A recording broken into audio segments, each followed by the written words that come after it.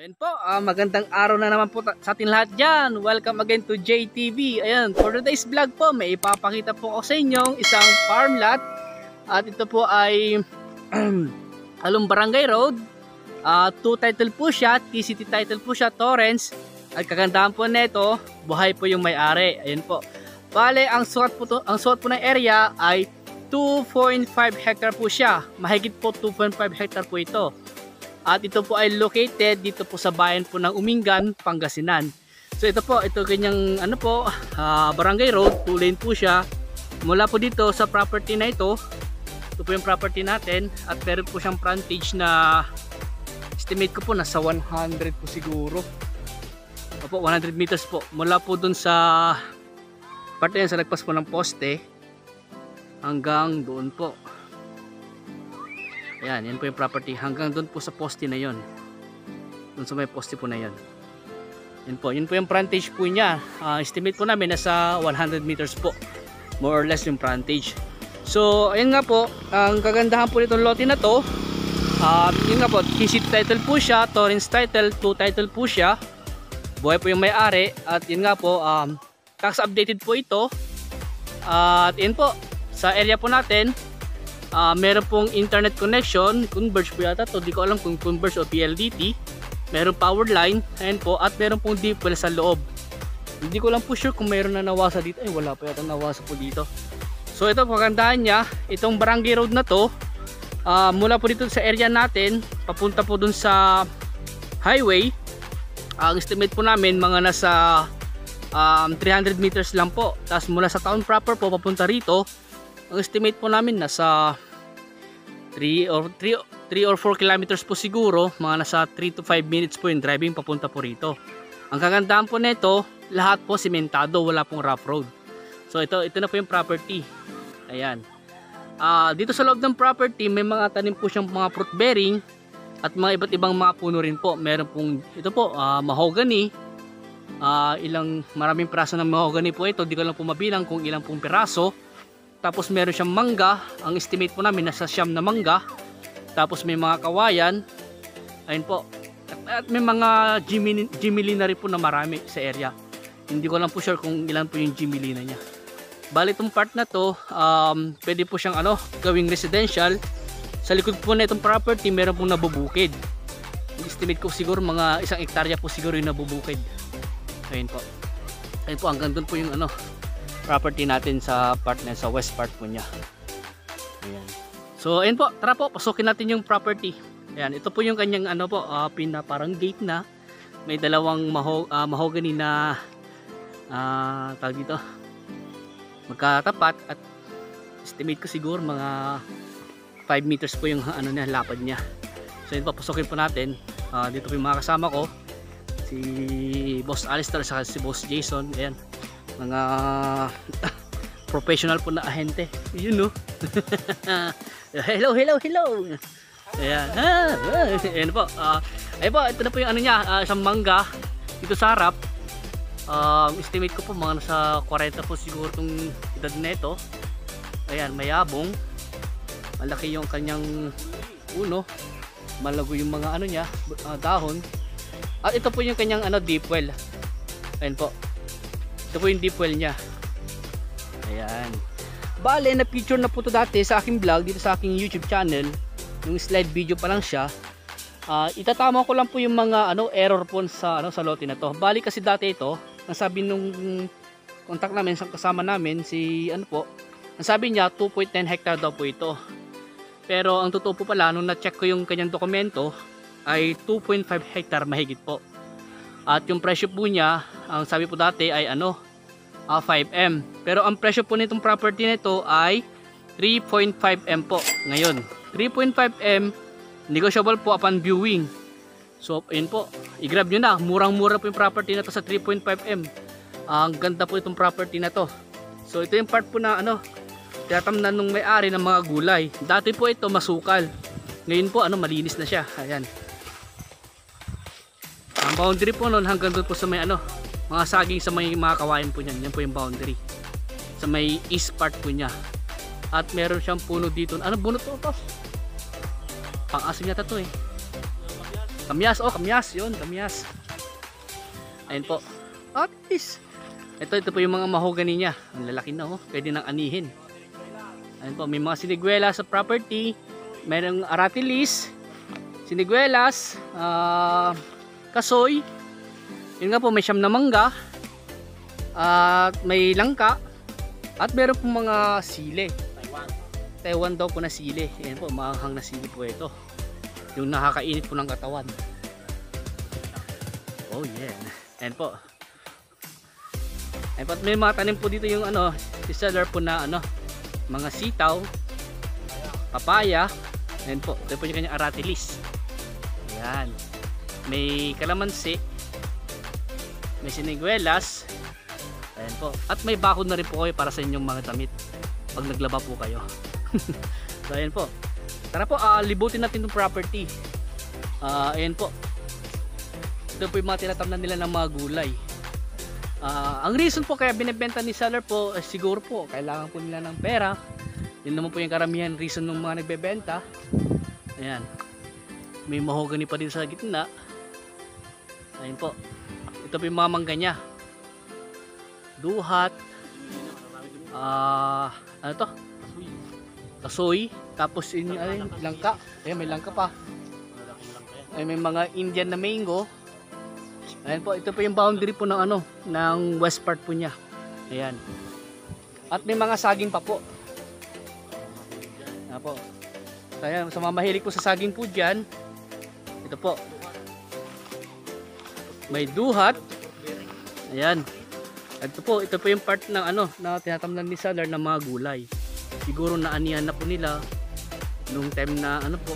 Tapos ngayon po, i-prefer nila ulit para tamnan ulit ng gulay. So, ayan. Ayan po yung mga saging niya. May mga bunga po ngayon yung saging niya. Hindi pa yata pwedeng kunin kasi ano po, medyo hilaw pa. Ayan po, meron po siyang kasoy. Ayan. Ayan po yung mga mangga niya. May yabong po, magaganda yung mga dahon ng mangga niya. Pwede nang pespran po ngayon. Ayan po, ipapalibot ko yung camera para makita nyo po. Ayan po, yung kasama ko, nagtatry po siya mag-vlog. Ayan. Ayan. Ulitin ko po, itong property po na ito, meron pong sukat na 2.5 hectare po mahigit. At ito po ay 2 title, TCT title na po siya, Torrens title na po. Kagandahan po nito, buhay ang may-ari, no extrajudicial, tax updated, at along barangay road pa po. Along barangay road, 2 lane, may internet connection, may power line, may source of water na po, deep well. Sa national highway po, sa highway po, mga estimate ko po nasa 300 meters po siya. At doon po sa town proper po, ay malapit lang po. Mga ilang kilometro lang po talaga. Malapit lang po talaga, ma'am sir. Kaya accessible po lahat ng uri ng sasakyan. Ayun po. Bali po, mula sa Tiplex Carmen po, siguro estimate ko po mga nasa mga 20 to 30 minutes po ang driving po niya papunta rito sa property po na ito. Sa Manila po, mga 2 to 3 hours po siguro mahigit. Mga 3 hours mahigit po siguro estimate po namin. Ayan. So yan po, ito yung mga kasama ko, nililibot nila yung property, kumukuha sila ng mga picture tsaka mga video rin. Ayan. Meron din po tayo dito anong puno na to? Yung lagundi. Ayan po, lagundi. Yung gamot daw po sa ubo. Ayan. Ayan, papalibot ko ulit yung camera. Ayan po, ang presyo po ng property na ito ay 3.5 million. Negotiable pa po yun upon viewing. Sagot po ni seller ang capital gain tax, documentary stamp at 5% ng kanyang ahente. Yan po. Bale, si buyer po, sagot po ni buyer ay transfer tax at registration sa Registry of Deeds para sa kanyang transfer of title naman na po yun. So yun nga po. At may mga Jimmy na rin po siya. Ang Jimmy niya po, hindi ko lang po mabilang kung ilang pong puno ito. Estimate na po natin siguro mga nasa 50, ganoon po. Ayan. Ito yung part na, ito yung mahogany na malaki. Ayan. May katabing mangga. Ayan po, ito po yung mangga na Indian niya to, Indian. Yung favorite ko na mangga. Lalo pag yung ano po, hilaw pa siya. Ayan, mayroon pong ano po dito, sampalok. Ayan, para sa mga naglilihi po dyan. Ayan. At sa mga mahilig po sa mga ulam na may maasim, yan yung inaasiman. Ayan po. At andun po yung mga sili na tanim nila. Ayan. Ayan po, papalibot ko yung camera para makita nyo po. At kagandaan po neto, may palayan po tayo. May nabubukid para sa inyo naman kung gusto nyo magtanim ng palay para sa inyong bigas. Meron po tayong bukid po dito sa likod. At meron din po deep well. Kung sakaling kukulangin sa tubig, ayun, meron po tayong pagkukuha ng tubig para sa palay. Ayun po. At kasama tong kawayan na to. Ayun. Ang estimate ko po itong nabubukid nila siguro po mga mahigit 1 hektarya po siguro ito. Hindi ko lang po ma-determine kung ilang hektarya po talaga. So ang boundary po nitong part na to ay dun po sa puno na yon. Lagpas na po konti. Diretso na po pa ganun. Ayan. Ayan po. Okay. Check po natin po yung ano, bukid niya. Maganda. Ang ganda ng bukid. Ayan po. Yan po yung bukid niya. Imagine nyo po kung gano'ng kaganda itong property na ito. Ayan, hindi ko lang po siguro mapunta yung part na yun kasi nga po maputik dahil umulan po dito kagabi. At yun nga po, tignan nyo po, medyo makulimlim. Ayan. Ayan po, yun na po yung ano po, yung national highway po yung part na yun. Doon, sa bahay na yun, doon pa po sa banda ron. Yung national highway. Ayan. Ayan po, okay. Tignan ko saan ako makakarating sa ano, bukid. Ayan po, at meron pa palang kubo. Ayun o, ngayon ko na nakita. Yun po yung mga kasama ko, nasa kubo sila doon. Nagpapahinga sila. Ayan po. Ayan, ito po yung property sa bandang harap po, sa may gitna po niya, gitna po ng property natin. Ayan po yung boundary sa may mahogany po na yan. Ayan po. Ayan. Ayan po, yan po yung mga jimilina nya. Nasa 50 po siguro. Ayan. Ayan po, kung may mga katalungan po kayo sa property na ito, kung gusto ko yung magtanong pa po sa ibang mga detalye, tawagan nyo lang po ako. Andyan naman po yung number ko naka-press sa screen. Ganoon din po yung aking messenger. So, ayun po, kontakin nyo lang ako, tawagan nyo lang, i-PM nyo lang po ako. So, ayan, at meron po kayong mountain view dito sa likod. Ayan po yung ano, Mount Caraballo. Bulubundukin ng Caraballo po ito. Ayan.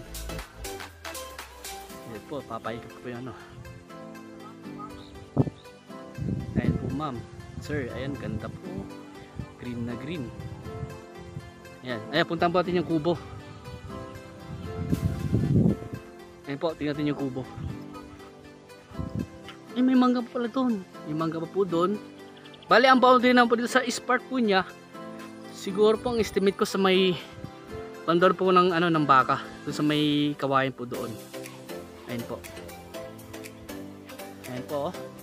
Tignan nyo po yung part po dito sa, ano, sa pinakagitna po ng property. Ayan po, ganda. May kubo sa may gitna. Ayan po. Ayan po, mga ma'am sir, i-grab nyo na po yung property na ito. Ulitin ko po. Ayan nga po yung presyo po niya. 3.5 billion po. Negotiable pa po yun. Ayan po.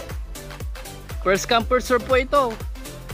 Kung gusto nyo po munang ano, tumatanggap po si seller po ng ano, down payment po or earnest money para hindi po na po kayo maunahan ng ibang mga prospect buyer po namin. Ayan po, yan po yung kubo niya. Ayan po. Sige po, ayun na po. Ayun po. Ayun po, ito yung property po natin. Ayun po, ito may mga tanim pa pala si seller po dito ng mga talong. Ayan, may mga talong po yan. Talong, medyo kailangan na pong i-revive. At yung nga po, di niya ano, hindi na po yata naalagaan itong talong. Or siguro po, papalitan po nila ng panibago. Ayan. So ayan po, pabalik na po kami sa ano, sa mga motor po namin kung saan po nakaparada. Ayan. Ayan po, tara po. Papalibot ko ulit yung camera. Ayo. O ayan po, ulitin ko po ulit yung mga importante pong detalye. Itong property po na ito, located po dito sa bayan po ng Umingan, Pangasinan. Yun nga po, ang sukat po ng property na ito ay 2.5 hectare mahigit. 2 TCT title po siya, Torrens. Hindi po siya CLOA, hindi po siya EP, hindi po siya OCT or CARP. Ito po ay TCT Torrens title na po siya. At kagandahan po na ito, buhay yung may-ari nga po, no extrajudicial. At yun nga po, tax updated po siya. Yung presyo nga po, sabi ko sa inyo, 3.5 million. Malapit sa town proper, malapit sa highway. Yun po. Kaya, mga madam sir, paunahan na lang po. Ayan po. For site visit po nyo, kung site tripping po kayo, kontakin nyo lang po ako, tawagan nyo lang po ako sa number ko, i-PM nyo lang po ako. Ayun. So, ano yun? Mga boss, ano, shoutout kayo dyan. Watch out. Baka may gusto kayo i-shoutout dyan, i-shoutout nyo na. Shout out kay Boss Chris. Kay Boss Chris daw. Kay Papa mo, ayan, kay Papa niya po daw po. Shoutout daw po. Ayan, kay Papa. Kay Papa niya. So ayan po, shoutout din po kay sa mga sa team po namin, sa Pastor Sunday po. Ganun din po sa engineer po namin, si Engineer Berweco. Ayan po. Sa mga gusto mo po shoutout po dyan sa next vlog ko po, mag-comment lang po kayo sa comment section. Baka sakaling ma-notice po kayo. Watch out. Watch out. Ayan. Ayun nga po, sa mga bago pa lang sa aking YouTube channel, huwag niyo po sanang kalimutan mag-subscribe. Pinutin yung notification bell button at para ma-update kayo sa mga bago namin listing about sa mga lot for sale. So yun lamang po, hanggang dito po muna yung vlog ko dito sa property na ito. At meron pa po ulit kaming pupuntahan ibang property para i-vlog. So ayan po, maraming salamat po sa inyo lahat. God bless po.